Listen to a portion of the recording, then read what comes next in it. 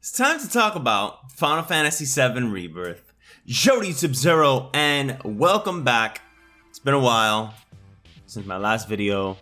It's been a while since I've completed Rebirth as well, but I couldn't simply just not make a video, even if it was 2 years from now, discussing my thoughts of the game and kind of going over the things that I've noticed and questioned. This wouldn't be a video of mine without some food, of course, right? So today on the menu, we have beef patty. According to the nutritional facts, we're looking at about 340 calories. Now, I don't know how true that is, but I'm gonna round it out and be like 375, maybe even 400 for the day. And because I've, for some reason, not learned my lesson in stopping drinking soda, I bought the next best thing. It's 0 calories. So we got some Sprite Zero. Ooh, yes, that's what I'm talking about. I'll be honest with you, I don't care what anyone says. Diet drinks taste way better than the originals. Have you tried Sunkist Zero? Ugh, 10 out of 10. But get your food ready. This is why I'm eating right now as I'm speaking, because it's gonna be a long one. What are my thoughts of Rebirth? If I were to go to PlayStation's website, well, it doesn't say how many hours I played, but I played about 65, maybe 70 hours, and I did not do a single side quest. I want to tell you that right now. Not a single side quest. I did not get a single summon, which is shocking to a lot of people. Whatever summon you started the game with, the initial batch, is what I got. Which also means I didn't grind. I had no gil the entire run. I was very poor. If I didn't have money to buy something, I moved on. That's it. And I also didn't explore the map very much. Whatever the waypoint said I needed to do, that's exactly where I went. It made for an experience to me that prevented the open world fatigue that I've had for a while. I've been playing Sonic Frontiers as of late, and because there's really no way around the open world design, after maybe 45 minutes, I just can't play anymore. It's really hard. You know, I know you can do the main quest in Sonic Frontiers, but it's not really anything like Rebirth. The main quest in Frontiers is simply watch a cutscene and here's a minigame, for the most part. But Rebirth, it feels very linear when you're doing just the main quest, which is awesome. I also played, you ready for this one? You're not gonna believe me when I tell you this. I played in the default 30 frames mode. I didn't play on 60. You know why? Because 60 made me almost vomit when I looked at the textures. Maybe I'll get it on PC when it releases eventually down the road, but I had a lot of fun with Rebirth. I thought it was a really good game. I want to mention something else. I've been seeing Reddit, the communities within Reddit, post a lot of opinions on how they say Remake is better than Rebirth, and I find that very strange. If we're comparing Remake to Rebirth, and then looking back at the OG PS1 game, at least for me, what I'm comparing beat for beat on what they did on the original, Remake has so much more filler that it's insane. Could you argue that Rebirth has filler? Of course you can. The side quests probably are filled with filler stuff, but Remake, even if you're just doing the main quests, you are running into filler after filler to the point where if you're just mainlining the game, it can be a little disappointing, because I remember my first run of the game, I'm not gonna lie, I was kind of rushing through it because I didn't want to get spoiled. So I remember when you're supposed to go to the train graveyard and then help Avalanche in their Shinra battle in the tower.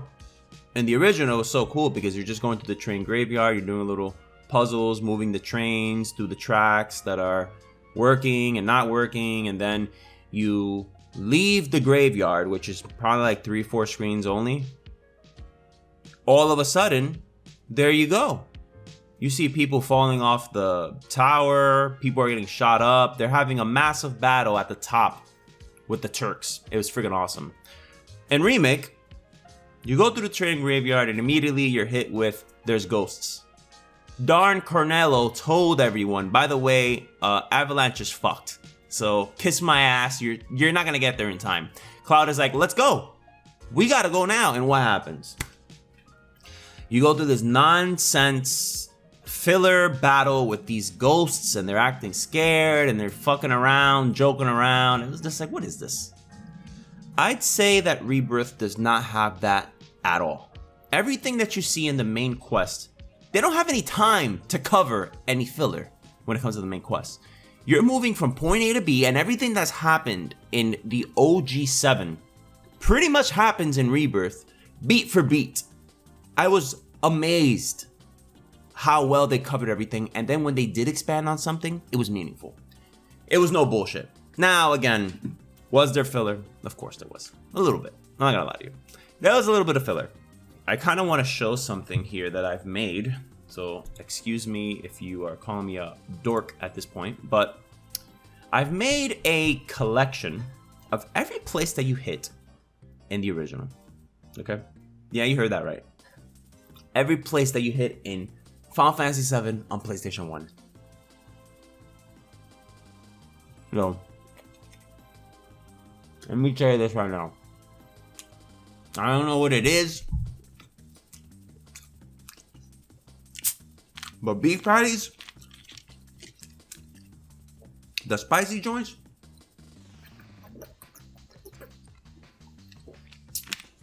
so good. Everywhere, every location that you hit in the original Final Fantasy VII, I've decided to take note of it. And I've also created a graph. And this graph divides everything by percentage. Believe it or not, while Final Fantasy VII Remake, PlayStation 4, PS5, and PC, while it's about a 30-40 hour game if you're just doing some of the quests or mainlining it, and if you're doing all the quests, it's about 100 hours. It's a long game. I clocked in about 100 hours when I played Remake, mostly because I played normal, then I played hard. Well, prior to hard, I was grinding because I needed money and I needed to level up my materia for hard mode. And then I did all of the missions, the VR missions, to fight all the bosses. About 100 hours. Believe it or not, if you're just looking at the main game, Remake covers about 14.6% of the original. Shocking, right? It's unbelievable to me. Remake, the 40-hour game, covers about 14% of the overarching story of Final Fantasy VII. That's insane to me. That's crazy to me. Talk about stretching a game. Yes, they stretched the living hell out of that game, okay? Because if you're just looking here, Remake is Midgar, and within Midgar is the Sector 5 slums, Wall Market, the sewer and train graveyard, Sector 6, the Shinra building. That's it. That's, for the most part, that's all you're doing in Final Fantasy VII Remake in the Midgar section. Prior to us knowing exactly how many parts this remake project was going to be, everybody immediately said 3 because there's 3 discs. I know, it's kind of, everyone was right. Everyone was right. That's the crazy part. I was thinking, okay, it's probably going to be 4. Because in my mind, I'm thinking, okay, if they do the calm storyline all the way to the Forgotten Capital, where it's Aerith's demise, that's a lot of stuff to cover. I was thinking, okay, it can't be more than that, because unless they go with a really long game, I wasn't too sure how they were going to do it. But the right approach was the approach they took. and it was from Calm to her death. That's it. That covers about 41.4% of 7's entire story. Now that's a big chunk.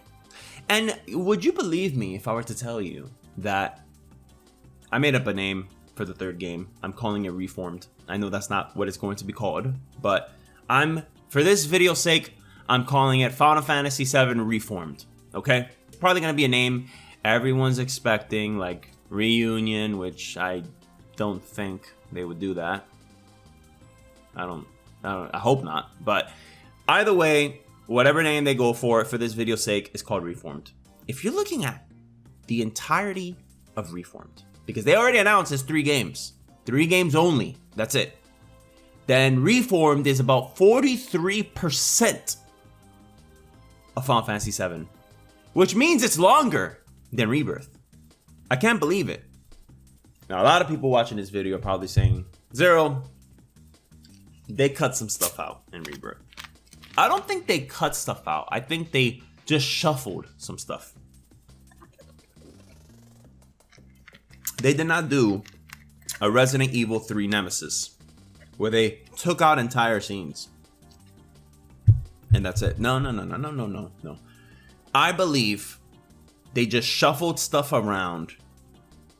That way it's not as repetitive when you play the third game.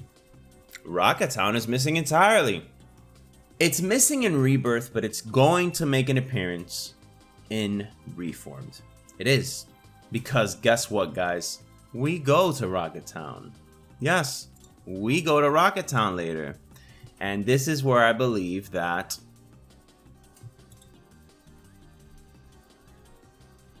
we see Cid's backstory.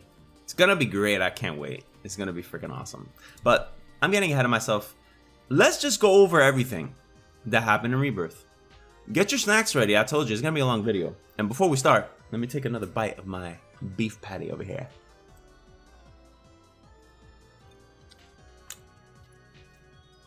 By the way, the diet shit is hard, man. Luckily, my calorie counting, it has helped keep the weight off. As in, if I have a 10,000 calorie day, which I usually don't, I just wave it off as a 10,000 calorie day. That way, the next week, I reduce my calorie intake by about 300-400 for about a week. By the time I get past that week of calorie reduction, because of the amount of movement that I do at work as well, I'm already in a caloric deficit. Changing the subject here a little bit too much, but let's go over Final Fantasy VII Rebirth. Great game, by the way. Now, when the game begins, I was wondering how they were gonna do the backstory. Were we gonna start the game with Downpour and Cloud, Sephiroth in a truck, getting out of the truck and fighting a dragon? I was so curious what they were gonna do, because to me, very iconic. Everything about it is just so freaking cool. I loved it.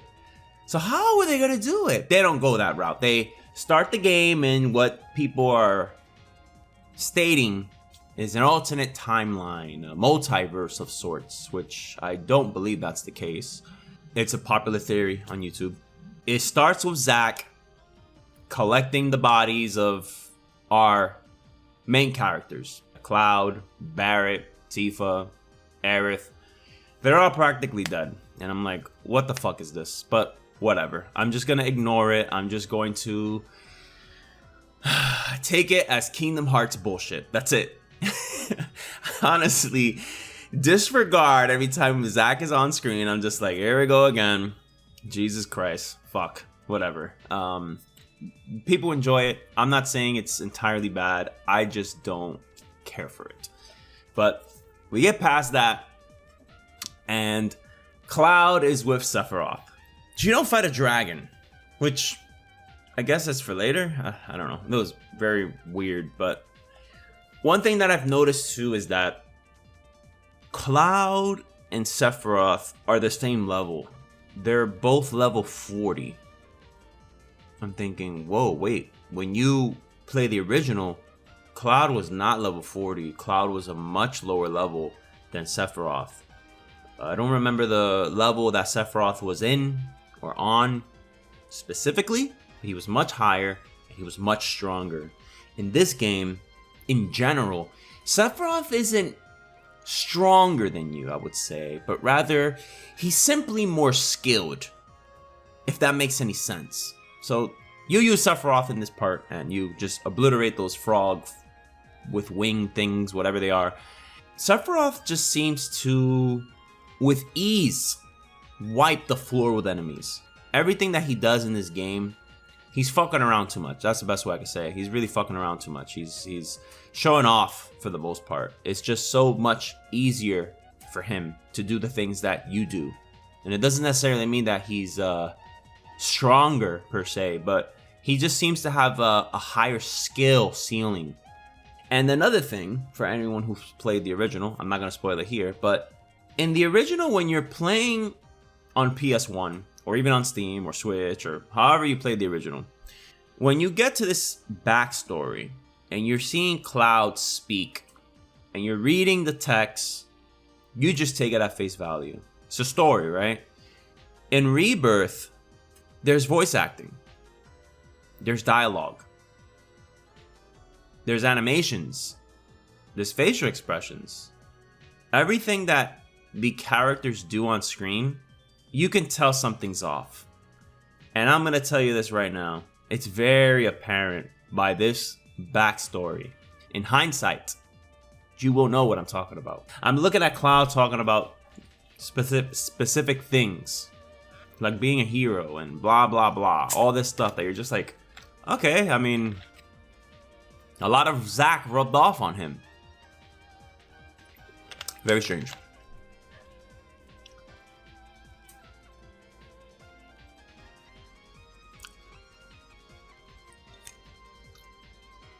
Nibelheim, gorgeous. Couldn't believe it. The mountains, I was like, wow. Everything translated perfectly. 7 Remake took everything from the original and made it modern. By modern, I mean as in it's 2020. When the game came out, it was 2020. You go to homes, you go to buildings, and you go to the back, and you're seeing that Shinra is powering their homes with Mako energy. It's really cool. You go to dungeons, and in the case of Final Fantasy VII, the sectors, when you go there, they have this factory-like feel. I used to work in UPS, by the way, when I was younger, way younger. I used to work for UPS, and when I'm inside Sector 8, Sector 7, wherever the hell the sectors were, guess what? It reminded me of UPS. I wanted to see their interpretation of a modern world map. Let me just finish this. I don't think I've ever spoke about this, but have you guys ever heard my opinion of 15? I've clocked in about 100 hours Final Fantasy 15. I was going through a tough time in my life when I was playing that. Every time I think of Final Fantasy 15, I think of a shitty job that I worked in. And I remember I called off for like a whole month. During that month, I was playing Final Fantasy 15. Was it a wonderful game? No, it wasn't, but I did have a lot of fun. Can I go back to it now? Probably not. There's a lot of stuff I really didn't like, but I just kept playing it because it was a new Final Fantasy. And it was like a palate cleanser for me, since I absolutely loathe 13. It's probably one of the worst games I've played in my life, I'll be honest with you. I know you guys heard it before. I fucking hate Final Fantasy 13. Pure garbage. I hated it so much. So 15, while not a perfect game, one of the things that I can honestly say was very impressive to me were the dungeons. There were a handful of dungeons in the game, maybe about 6 or 7 of them. There's a dungeon in the game where you're climbing this mountain and you're going down this mountain path. And I recall when I was playing that game and I saw the way the textures for the mountains and the debris and the rocks and the shadows, everything, the shader, everything that they had in that segment of the game. I was very impressed. I was like, whoa, this is super impressive. This is like beautiful. I haven't felt that way until I saw Nibelheim and the mountains in this game, in Rebirth. Rebirth has a gorgeous world. When you're in the world map and you're just looking around, you're like, holy fuck, this game looks good. It's really good. Is the resolution perfect? No, it's not perfect. But guess what? It looks amazing. You know, you do a few things when you enter Nibelheim. Nibelheim's ginormous. You find out that Cloud's dad is dead. I was like, whoa, wait a minute, that's new. I don't remember that. You see Buff Daddy Zagan. I could have sworn Buff Daddy Zagan dies in the original. Doesn't he go inside the house and never comes back out? I think he lives in this one. Forgive me, it's been months since I played Rebirth, but I believe he doesn't die. I'm gonna have to look at some cutscenes or something, but maybe you can tell me in the comment section. You take the iconic picture with Tifa and Sephiroth. It looks wonderful, as expected. And then you go to the reactor. And the reactor is, as expected, it's a dungeon. The moment I saw that it was a dungeon, with puzzles by the way, I was like, whoa, this is gonna be a long game. This is already freaking great. You fight the Materia Keeper. You remember that cool boss that you fight? That you have to go down these chutes and he's just like a spider? Well, you fight him here. That's when you start to see the cool animations with the double team attacks. It's so freaking awesome. And Sephiroth, as always, like the L'Oreal shampoo and conditioner commercial, is showing off his hair, how beautiful, how much volume it has. It's so great. Sephiroth is very psychotic in this game. In fact, everything is fucking fun to him. To him, being a villain is hilarious. I'm convinced that he wakes up in the morning smirking, grinning on how he's gonna troll the fuck out of Cloud and company. And that's the that's the impression that I get from seeing him fight the Materia Keeper and, of course, burn down freaking Nibelheim. It happens, and it happens pretty psychotically. You finish with the backstory and you're moving around Calm. And Calm, freaking huge. I've noticed that when I was walking around the town that this game did something very similar that Star Ocean does.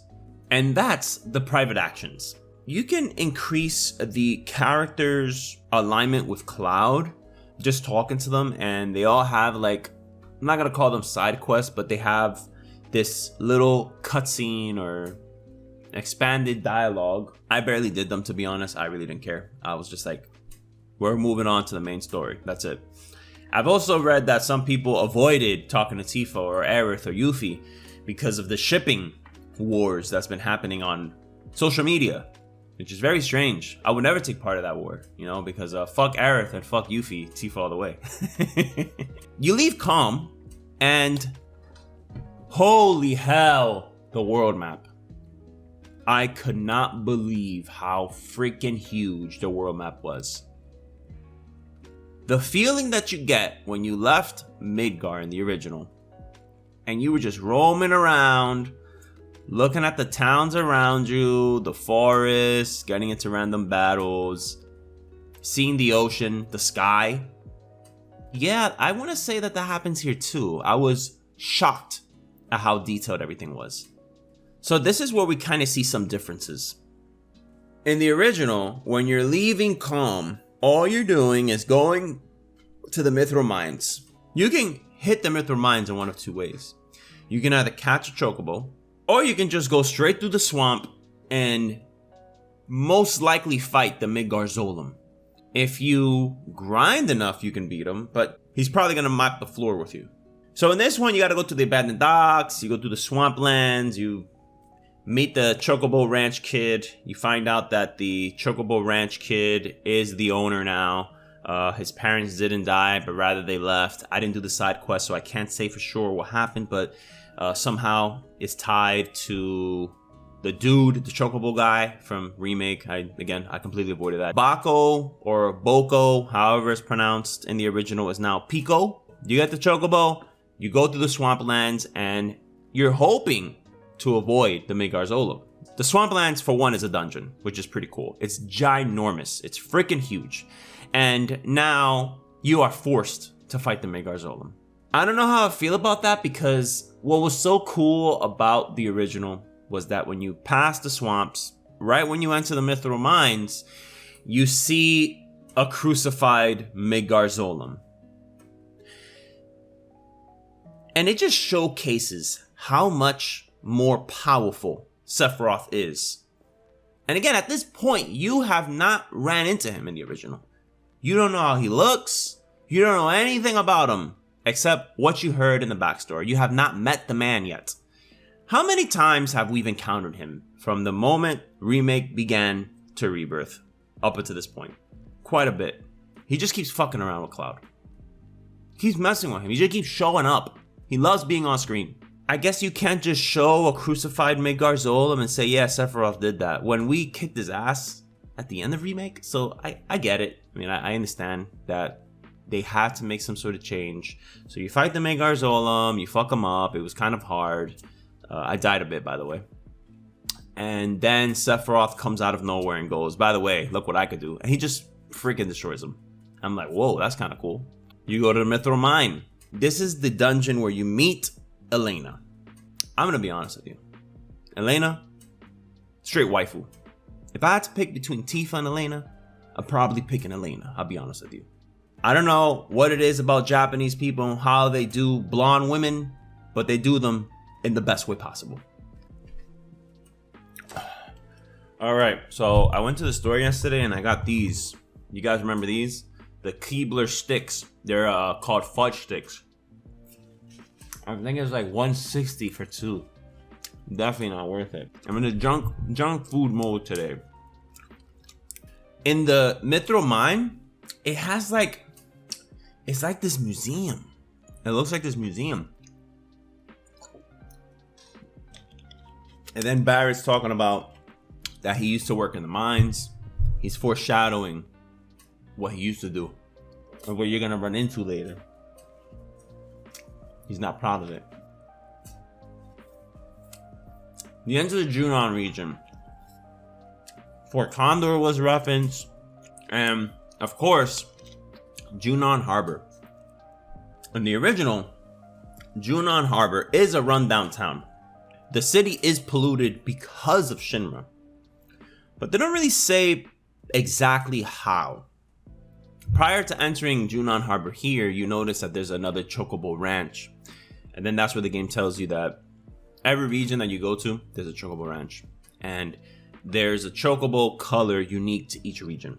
I was wondering, I was like, how are they going to do the whole Chocobo, the different breedings and colors in Rebirth? Like, because it's technically not an open world game. It's just ginormous zones. You go into the Junon region and you notice that there's an elevator that's closed off, just like in the OG. And it's a fishing town that Shinra just ignores it entirely. People don't get sunlight. It's basically like a Midgar 2.0, I would say.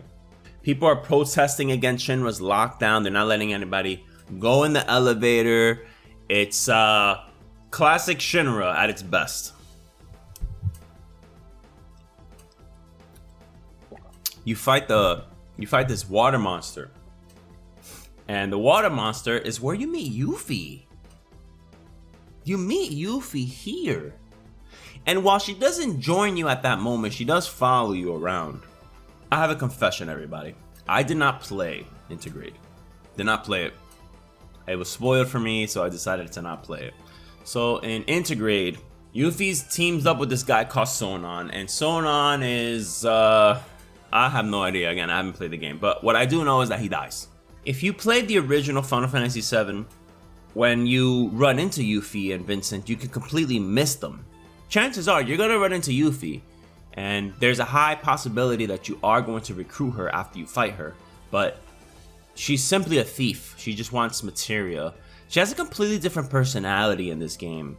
Not that she's not obsessed with materia. She seems to be more interested in the war with Shinra.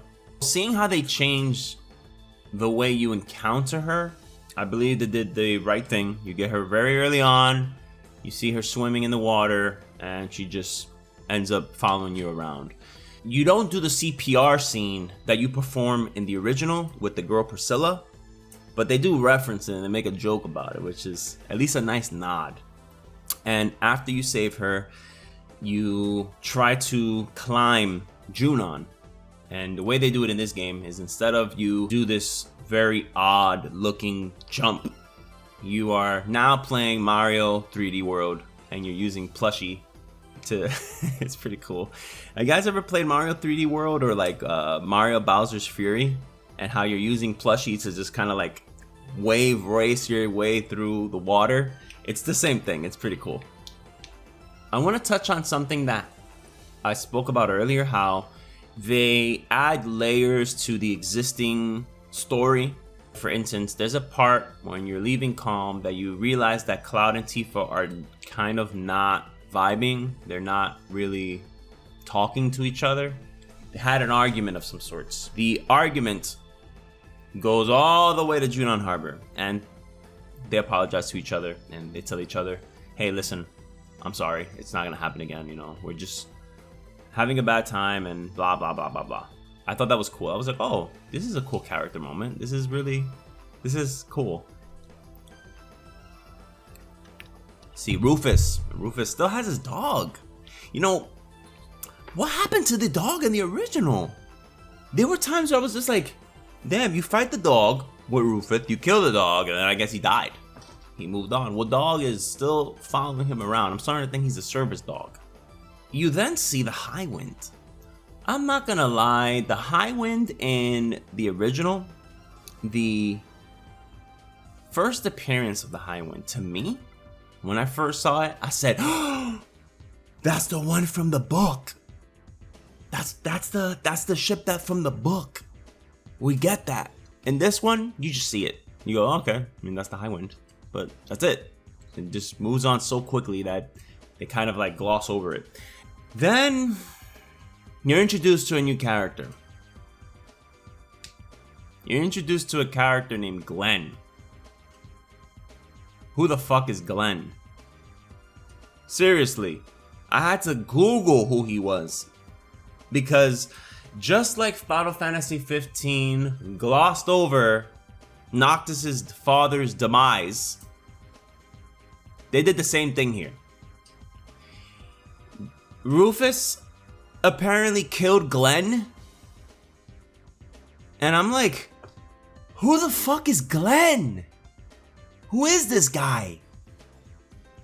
And his character design, look, some of the original characters, you could just tell they don't fit into this world at all. They look so shitty. I'm sorry.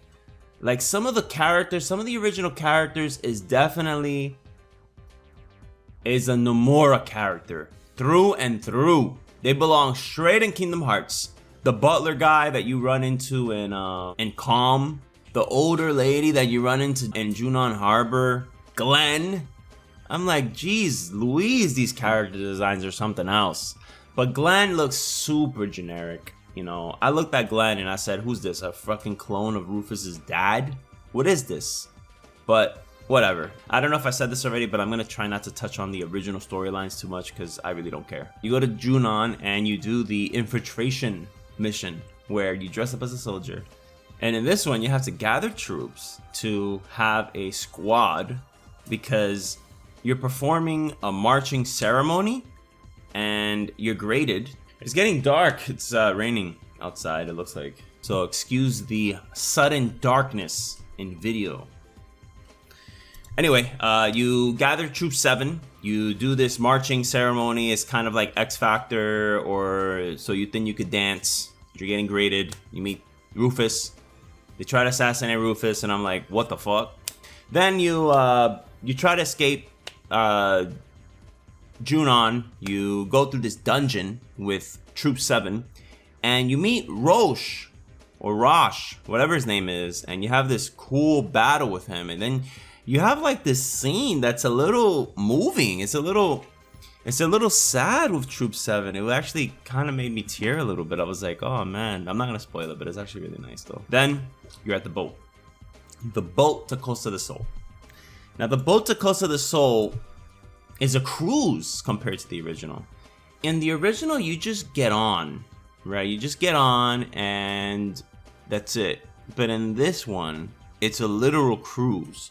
And it's practically a town because in there they have like this Queen's Blood tournament, which is like the card game that's in the game. Very reminiscent of how much fun I had with 8's card game. I was a little disappointed when you board the ship because I was wondering, where's Red 13's uniform scene? And guess what? It's in there. That's what they do in Rebirth. They kind of shuffle things around to have a little bit more sense. So rather than having just Red 13 like move around when in uniform, they give a reason why he's in uniform. He had to enter the tournament. And the most iconic thing about the ship is Jenova's appearance, of course. You fight Jenova here, and it's great. It's freaking great. Theme is great. The battle's great. Graphics are great. Everything's perfect. You land on Costa del Sol. And Costa del Sol lost a lot of people. I'm not gonna lie to you. It lost a lot of people. A lot of people really dislike Costa del Sol. Mostly because of the amount of minigames. You ready for the hot take? Costa del Sol is my favorite part of Rebirth.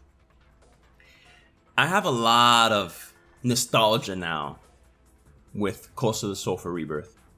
Because I remember when Rebirth came out, the only opportunity I had to play Rebirth was during the weekends. Very late as well. I'm playing Rebirth at probably 11 p.m. all the way to like 3 in the morning. I tend to do laundry Friday nights or Saturday nights. If I'm doing it Fridays, I try to do them like at 11 p.m. because it's in my apartment building.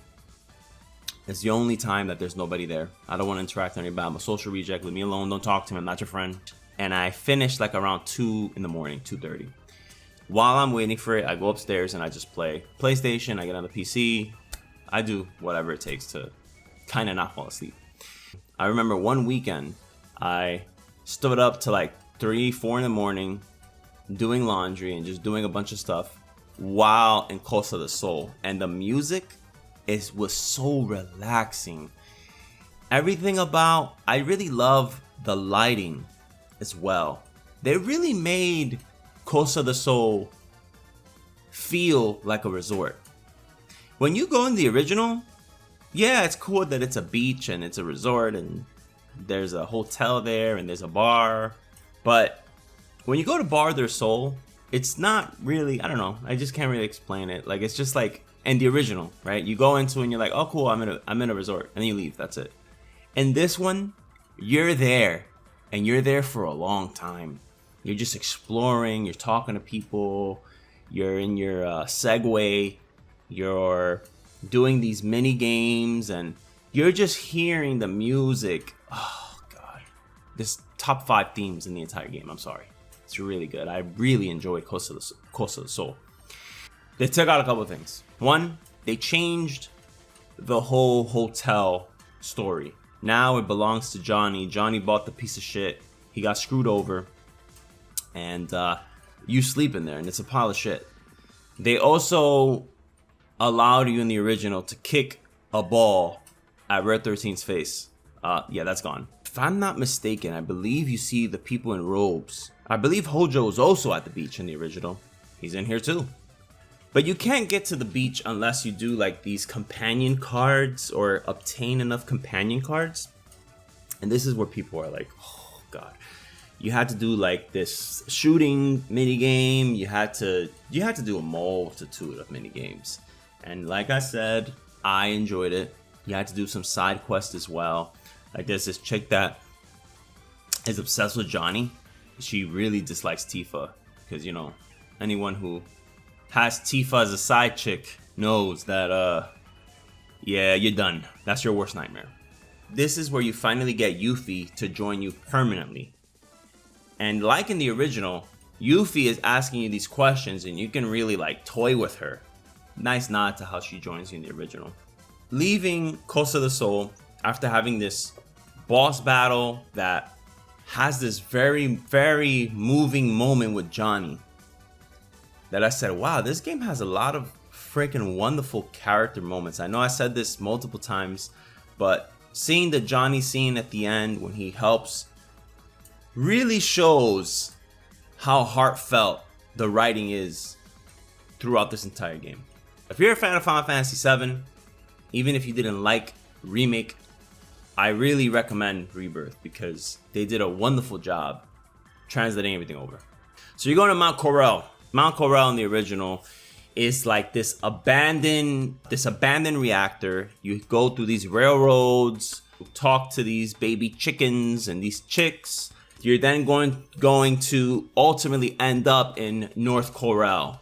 The camera angles in the original, because they're pre-rendered backdrops, are very, very, very iconic to me. Crossing the bridge to North Corel, wonderful.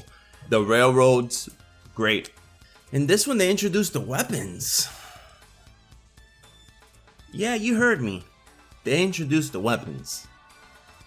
You know, the monsters that are created by the live stream in hopes of protecting the planet when it's in danger. You see them here, but not in the way you think they would look. And, you know, you're going through the Mako reactor, and ultimately you end up in Canyon Mine. And Canyon Mine is where you see the ginormous railroads. For a moment, I thought they cut it out. I said, damn, they took the railroads out? That kind of sucks. But when you get to Canyon Mine, huge! I was impressed thoroughly. And here is where I start to notice a pattern with dungeons in this game. Anytime you enter a dungeon, just know that you are going to explore the dungeon from top to bottom. Like literally, from top to bottom, you're going to explore the dungeon. Like in Mythril Mine, there's a part where Barret and Red 13, they separate from the party, and they're exploring a different side of the dungeon. The theme in that section, like the battle music, oh my god, it's so freaking good. It's so good. Oh, the soundtrack in this game is phenomenal, by the way. You know, when that happened, I was like, oh, that's cool that, you know, the party separates and you're going explore a different side of things. And now you're using Barret and you're shooting these Mythril things on the wall, these crystals. And the moment you start using Yuffie, it's not just Yuffie that you use, but multiple characters, and they're all doing their own things and they're using their own skills to explore the map. I was like, okay, so I guess they're gonna do that with every dungeon? Because there's always a big dungeon per area, at the very least. Just know that when you enter a dungeon, you're gonna be there a long time. They're really long and they're freaking wonderful, especially if you're a dungeon crawler fan like me. Oh, wonderful. In this area, Yuffie has like this mini dungeon carved out specifically from the Canyon Mine just for her. It's just dedicated to her. You do this cart section. You even see the baby chicks, by the way. You see the baby chicks. And you don't fall through those planks, by the way, which kind of sucks. It's a little disappointing, but whatever. I guess you can't have everything. You see the bridge that leads to North Corel, the poor town that's affected primarily because of what happened with the reactor. Barret, of course, is made to feel like shit. It's a ropeway access to Goat Saucer. I was really wondering, how are they gonna do Goat Saucer? Is Goat Saucer going to be the wall market of the game? The answer, yes, it is. The intro to Goat Saucer in the original, probably PS1's most iconic FMV sequences. It's almost like from the moment that the FMV sequence opens up to the end, perfection. It is my bias talking. I have a lot of nostalgia for Final Fantasy VII on PS1, but the way they did it in this one, thumbs up. I'll tell you, when I got to this part, I was like, whoa, this game is perfect. There's nothing wrong with this game. Like, everything about this game is perfect. They have not missed. Like, what? This is crazy. Like, I'm playing a perfect game. I have not played a perfect game in a few years. Off the top of my head, when I'm thinking of a perfect game, a game that is perfection, there is nothing that you can tell me that is wrong with this game and is Nier Automata, along with Replicant, as a duology, best experience I've had ever. I'll be honest with you. That and of course, The World Ends With You and Neo. Neo is just like, I gotta talk about that game. Neo right now, I still think about it every day, I'll be honest with you. I go through my collection, I'm like, what am I gonna play? And I'm like, it's not gonna be like Neo. I'm telling you, these are perfect games to me. All right, but anyway, I'm playing this game and I'm like, this game is fucking perfect. There's nothing wrong with this game. You get a showcase of the amusement park. You get a great tour. You see Dio, you see the buggy. I'm like, holy shit. You meet K-Sith. All right, I thought they were gonna be like Kaith Sheath, but they didn't do it. They just did the way we all pronounce it, K-Sith. He's in it. All the areas are there. The welcome area, the park, Central, Adventure World, Chocobo Square, Speed, Battle, Fantasy, Event, Wonderment Square, Ghost Square, Skywheel. They're all here. And they're freaking huge. I'm telling you, like, if you're playing Remake and then you go straight into this one, you're probably overwhelmed. You're like, oh, this is a gaming experience. A few things that is different than the original. For one, you don't have to pay to save. In the original, the save point requires GP. GP, you buy a lifetime pass and you no longer have to spend money or currency to save your game, which is, I mean, how would they do that here? That would be very severe. That's a severe punishment to the new age gamers out there. So I don't think they would have, they would have done that. This is where you find out that people died in Gold Saucer. In the original, you just see bodies. You simply see bodies all over the floor and you're framed. And you are sent to prison. And in the prison, Barrett tells you, hey, listen, that was my boy, Dine, the mother of Marlene. He has a gun arm just like me. We need to get him. So you go about that. You do what you need to do. In this one, you see Dine enter an area before he kills everybody. So you get an idea that there's already another person with a gun arm killing people. So you already know it's not Barrett. But in the perspective of Cloud and company, they're like, yo, Barrett, did you do this? But us as players, we already know that it's not Barrett. In the original, I was like, damn, did Barrett do that? I was like, damn, he was in my party, but whatever. And I'm not gonna lie to you. I was a little disappointed with the prison because the prison is a joke in this game. It's like everybody in the prison is an idiot. It's all a joke. When you play the original, the prisoners are following you around. They're stealing your money. They have graffiti on the wall that says "fuck Shinra." And this one is just this whole weird 50s, 60s Grease leather jacket people. I don't know. It's very strange. I didn't really like the vibe of the prison. I would say it's my least liked area. You do a chocobo race to get out of the prison. You obtain the buggy and you're out. And that's when you realize that the buggy is practically 1-to-1. You can cross shallow areas. You can climb areas that you wouldn't normally be able to. Now we enter Gongaga region. I did not beat Crisis Core. I watched a walkthrough back in the day of Crisis Core.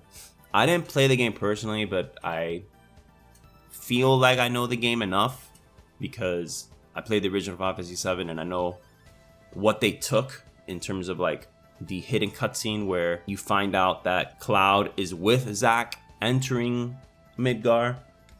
This is it right here. This is a protein bar moon pie.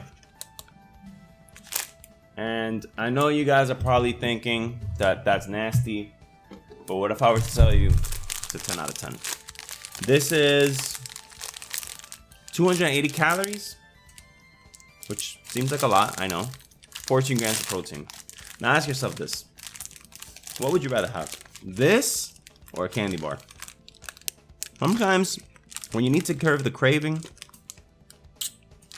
you need to have something in between junk and healthy. Damn, this shit is melting.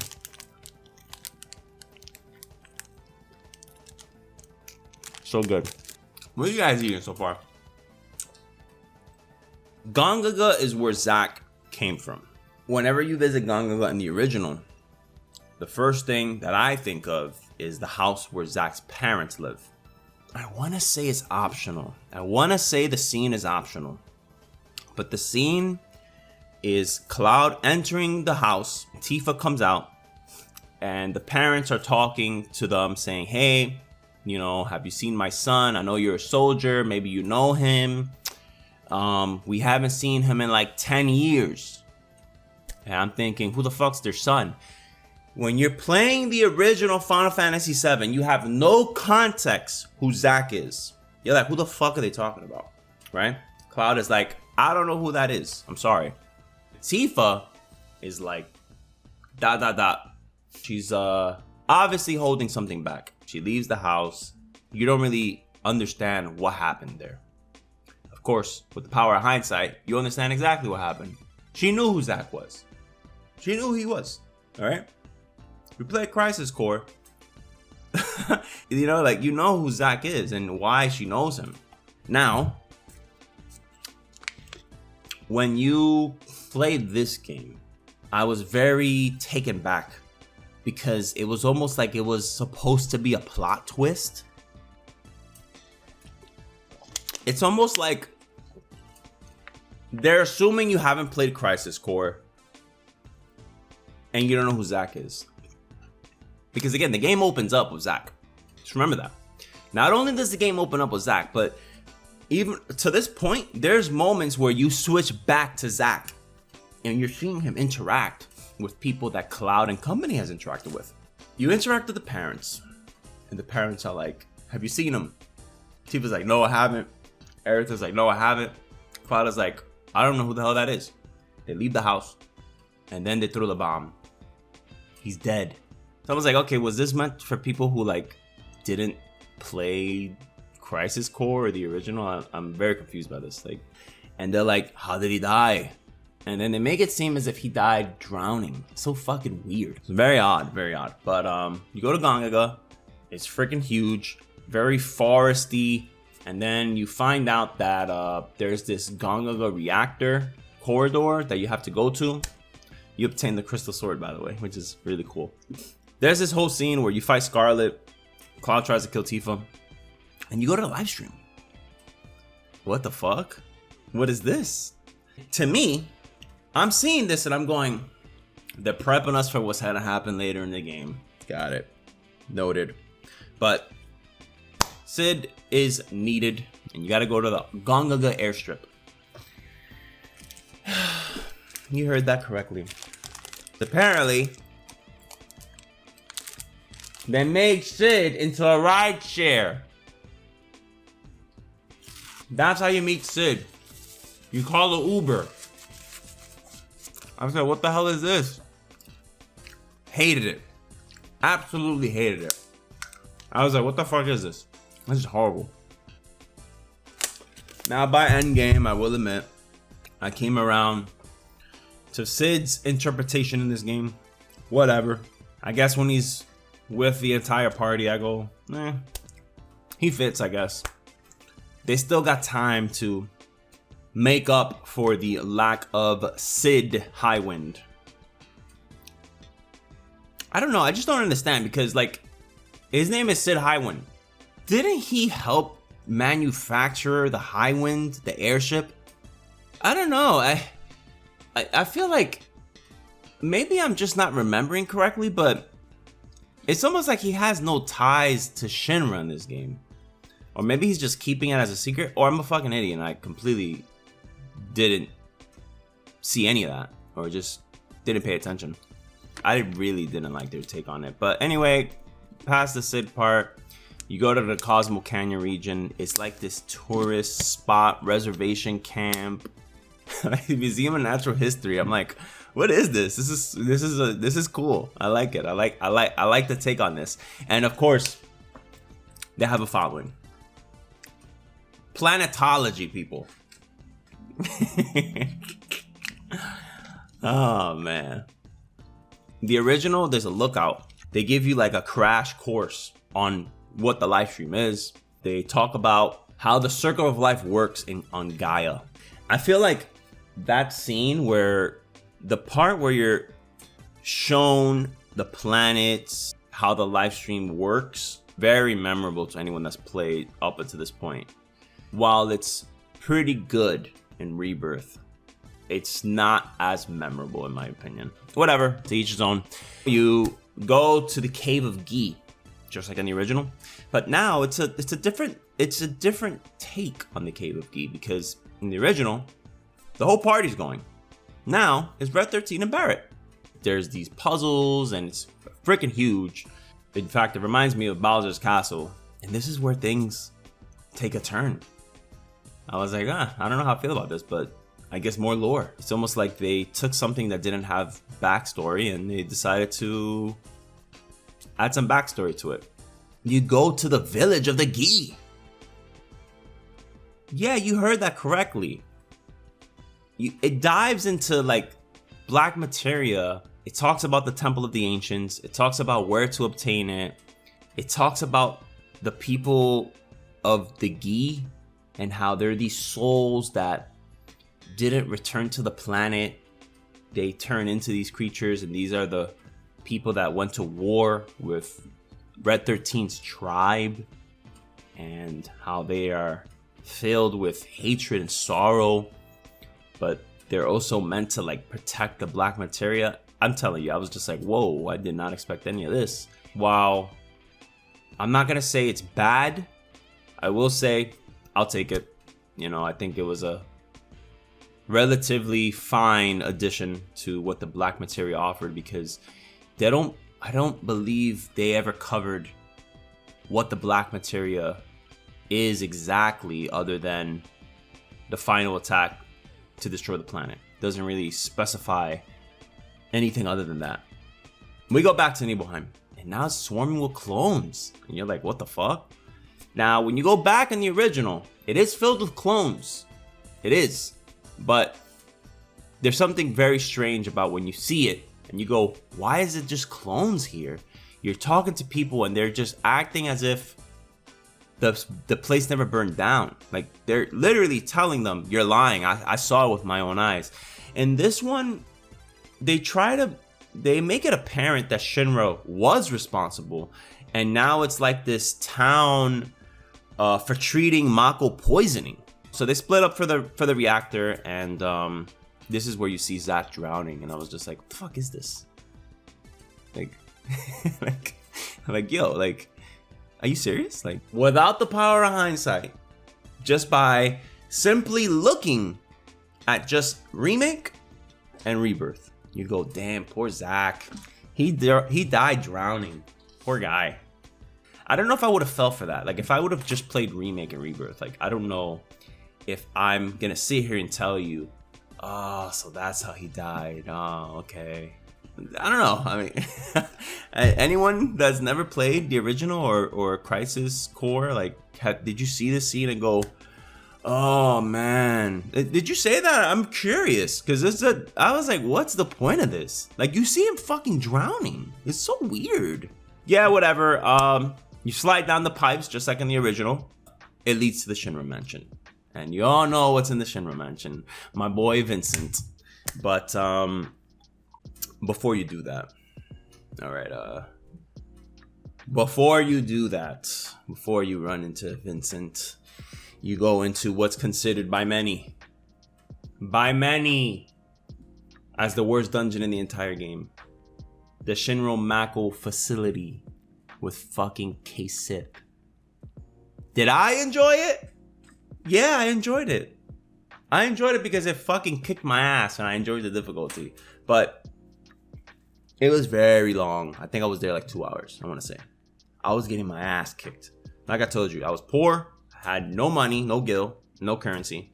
I had, every time I got a new character in my party, or I was forced to use a specific set of characters that was not, who was my main squad? I had Tifa, Red, and Cloud. That was my main squad. Okay. In the OG, I was always using Barret, Red, and Cloud. That was my team right there. But every time I was forced to use a group of people that it was not my mains. And you know what? Everyone in this game is great to play as. Everyone's great. Everyone's wonderful. But every time I switched over to somebody that wasn't my main 3, guess what? I had to go into the menu and switch materials because I had no materials. Not a single extra materia. If I picked it up, cool, but I didn't buy shit because I was always poor. I was using K-Sith in this dungeon. I had no items, barely any good materia. I sucked, but I cleared it. It was cool. You run into Yin and Yang. You remember him? That fucking annoying ass damn enemy that just doesn't die? Him. Yes, that's him. Not only that, but you also then run into Vincent and you fight the that vault boss. Remember how you go through the vault and then after you put in the right combination, you fight a fucking ginormous, ugly, hairy Shrek character looking thing? Well, he's there too. Most disappointingly, Sephiroth does not throw the materia. Yeah, he doesn't throw the materia, people. He doesn't throw the materia at Cloud. I would have patched it in, to be honest, but whatever. In the original, in order to get the keystone to access the Temple of the Ancients, you had to speak to this old man somewhere near the gold saucer. But that was one of those moments where they kind of tell you, yeah, good luck. You better buy our strategy guide because we're not telling you shit. And you're just exploring and hoping that you run into a town that you've never been in. And at this point, you have the buggy. And with the buggy, you're climbing these areas and you're just hoping to run into something new. That's how it was in the original. This one, he just outright tells you, by the way, you gotta go back to Cold Saucer because there's a prize there for the keystone. Now, normally, when you finish this part of the game, you're supposed to meet Sid, you're supposed to meet Shara, you're supposed to see the flashback of the space program, you're supposed to fight Palmer, and you're supposed to obtain the Tiny Bronco, okay? Just know that. You're supposed to obtain the Tiny Bronco, people. I don't think I've mentioned this, but when you're using the ride service, when you're using Sid as a ride share service, he has the Tiny Bronco and it's flying. And there's a cutscene. You're just watching him fly from point A to B. It's all busted and broken down. You know that it's gonna break down eventually. And of course, since you don't meet Sid anymore, you don't meet Shara, you don't talk about the space program, you don't fight Palmer, you don't obtain the Tiny Bronco, what happens? They replace it with the Tiny Bronco broke down. Now the Tiny Bronco is the OG Tiny Bronco. The one that's just simply on the water and does not fly anymore. Which is pretty cool because they kept it exactly the same. When I got to this part, I must have clocked in, must have been like 40 hours at this point. And I'm thinking to myself, this game is fucking long. God damn, this game is long. And I'm like, but I'm looking at my notes and I'm looking at, okay, well, I guess we gotta move to Rocket Town? Right? We gotta go to Rocket Town. Rocket Town's in the game, right? And guess what? It's not in a fucking game, alright? You don't go to Rocket Town. Instead, you go straight to Gold Saucer. You look for Dio. You do the tournament for the Keystone. You know, when you go and gather the information that you have to gain the Keystone in Gold Saucer, there's a haunted house scene where everyone's in there and then they go, hey, let's just relax. And you have a date. I, for one, did not have a date with any of the waifus of the game. All right. I had a date with Vincent. I had a date with Sid. And I had a date with K-Sith. They knocked on the door. They were like, guess what? And I'm like, what? It's time to go out with the boys. And yeah, it was actually hilarious. It was the funniest shit in the game. Do the date. You go to the tournament. Rufus is one of the bad guys. You fight him, kick his ass. Very difficult, by the way. And K-Sith leaves, betrays you. Now, some criticism about how K-Sith betrays you in this game. From the moment they met him, they continuously said, we don't trust you. We know you work for Shinra. Because he's openly said he did, right? But he always told them, no, I'm not a bad guy, blah, blah, blah. When it came time for him to, like, betray you, I was like, the fuck? Like, what did they expect? They act all shocked. Like, they were like, oh man, we knew it. You were a fucking traitor. We were right all along. We shouldn't have trusted you. And we're over here getting feelings for you, but fuck you. And I'm like, damn, what the hell? He looks very hurt by, you know, words. Sticks and stones, but words will never hurt me. My ass. He was really butthurt over that. Regardless, you don't have the keystone, but you know that you have to go to the Temple of the Ancients. And when you go to the Temple of the Ancients, you go to this place called, first you enter Northwood. And in the original, when you enter the Temple of the Ancients, Aerith is like kissing the floor. She's just like, she's talking directly to the planet. And she just can't believe the connection that she has the moment she enters the area. And the same thing happens here in Northwood. She's touching the ground. She's like, whoa, this is on some like spiritual shit. And then you go into Temple of the Ancients. Oh, God. No, there's a few things that this game did poorly. When I say poorly, I mean gone to shit. It was massacred. And it was the Temple of the Ancients music. I was really excited. Every time I got closer and closer to the Temple of the Ancients, I said, I cannot wait to hear this theme song. Top 5 in the original soundtrack. I love the Temple of the Ancients theme. And in this game, guess what? It sucks. They turned it into something else. I don't know what the fuck I was listening to.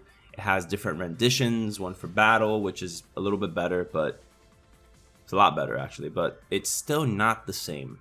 I was really hoping that they would just do a traditional remix of Temple of the Ancients, and they didn't. And it was very frustrating not getting that. But the Temple of the Ancients, the dungeon, holy hell. I think I was there for like 4 hours, I swear to God. It sure as hell felt like it. Comparing to the original, there's like this clock puzzle, there's a maze, you gotta chase a mage, you fight the dragon, the demon wall. There's even a scene where Cloud seems to be beating on Aerith. I was like, how are they gonna do that? We kind of were already seeing what Cloud's been doing. He's tried to kill Tifa. He's tried to really, he's killed people, like in front of the party. Like he's murdered people. Like he's like impaled like Shinra soldiers and threw them to the ground and act as if it was fun or nothing. It's almost like he turned into Sephiroth for a brief moment. I figured he's probably just gonna try to kill Aerith, you know, whatever. And the way they did like the clock puzzle, the maze was done perfectly. You have to kind of flip the dungeon around in these weird ways, and that's how you gain access to new areas. I got stuck a couple of times, I'm not gonna lie. I had to look up a YouTube video. I was like, yo, I don't got time for this shit. I work tomorrow. I gotta look this shit up, man. The chasing mage, I don't remember what they did for that. I don't know what the equivalent of the chasing mage scene is. I guess you were chasing soldiers, I guess. You do fight the dragon. You fight the dragon. I completely forgot about the dragon fight. I was like, whoa, they did the dragon fight. This is cool. And not only that, but you fight Demon's Wall, which we used to call the wall monster, me and my siblings. We called it the wall monster. And I think I killed him in one try. He was really easy. In the original, we got stuck. We had to start over. We were fucking idiots. We didn't know about debuffing, buffing, but whatever. After you clear Temple of the Ancients, normally you would have to get a harp. And the harp is required to enter the Sleeping Forest. And the Sleeping Forest is what leads to the Forgotten Capital. And this is the final dungeon, or rather, the final part of Disc 1. I'm like, okay, so are we gonna have like an excavation scene where you have to like mine to get the harp? No, it doesn't work that way. You simply just enter the Forgotten Capital, like they just wake up in the forest. So the Sleeping Forest, as it stated, it was named. You fall asleep, but you wake up and you just go straight into the Forgotten Capital, then the city of Ancients, and this is where the game kind of does this weird thing. You go through like this battle gauntlet. The final boss of the game is like 7 phases, and you beat the game. That's it. Yeah, that's a lot, man. This game had a shit ton of stuff. You know, I think if we're looking simply at, like, if we were just looking at like the original, we got Calm, we got Chocobo Farm, Mythril Mine, Junon, Cargo Ship, Costa del Sol, Mount Corel, Gold Saucer, Coral Prison, Gongaga, Cosmo Canyon, Nibelheim, Rocket Town, which is absent for now, Gold Saucer, Temple of the Ancients, Bone Village, which is absent as well, but they could somehow integrate it later with the game, and then the Forgotten Capital. That's a lot of places to hit. So they hit them all practically. Like 90% of them were hit, which is cool. We've hit a lot. We've hit everything. And when you're looking at Reformed just as long as Rebirth, to be honest. It has unique areas. It has a ton of stories. It has a lot of curveballs that you're not going to believe. Like I said, I don't want to spoil it. All this is just disc 1. So some people are just going to say, well, how are they going to do disc 2 and 3 in just one game? Well, disc 3 doesn't really count. Disc 3 is basically just side quests and the final dungeon. That's all it is. I really hope that they do the weapons. I hope they do Rocket Town. I hope they do the underwater segment. I really hope they do everything. I really hope that they don't cut anything out. I'm going based on what the developer said, that the creator said, that they're going to hit everything that the original does. So I trust them. But yeah, that's it. I enjoyed the game thoroughly. Best game of the year. I've been struggling since I beat the game. Haven't had any fun with much games. Been playing Sonic Frontiers, struggling. I just started playing Ys 9. I'm not struggling with that one. That game is great. Either way, Final Fantasy VII Rebirth, great time. How do you think they're gonna cover this 2 and 3? Very curious. We're not gonna see that till probably PS6 because I don't think the PS5 is going to get this game. I shall end the video here. I apologize for taking so much of your time, but thank you for watching. And be sure to leave a comment, like, and if you haven't already, subscribe. Later, guys.